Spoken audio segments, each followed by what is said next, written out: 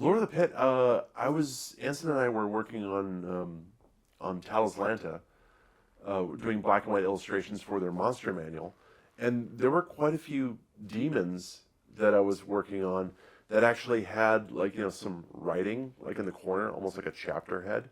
I wanted to make it look kind of graphic. Um, the original name for Lord of the Pit was temporarily Balrog. Now I knew that Balrog, like in the original sense, was something that had like a lot of flame and smoke.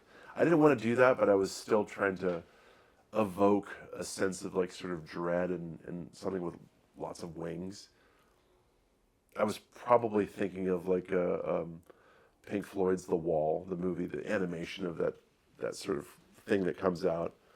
Perhaps Chernabog from Fantasia. Also had like kind of this hands doing this with large wings.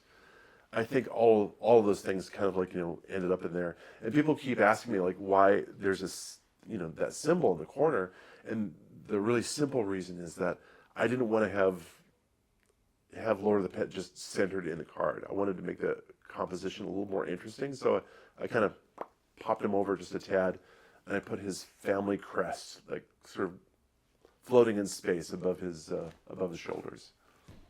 Nice. So yeah, I mean, it was primarily like a black and white piece of pen and ink work, and then I just took it. I think I ended up using a reproduction and just painting over the piece of paper with paint. So it's not like really fully painted. It's more like a comic book painting. There's a lot of like high contrast in there.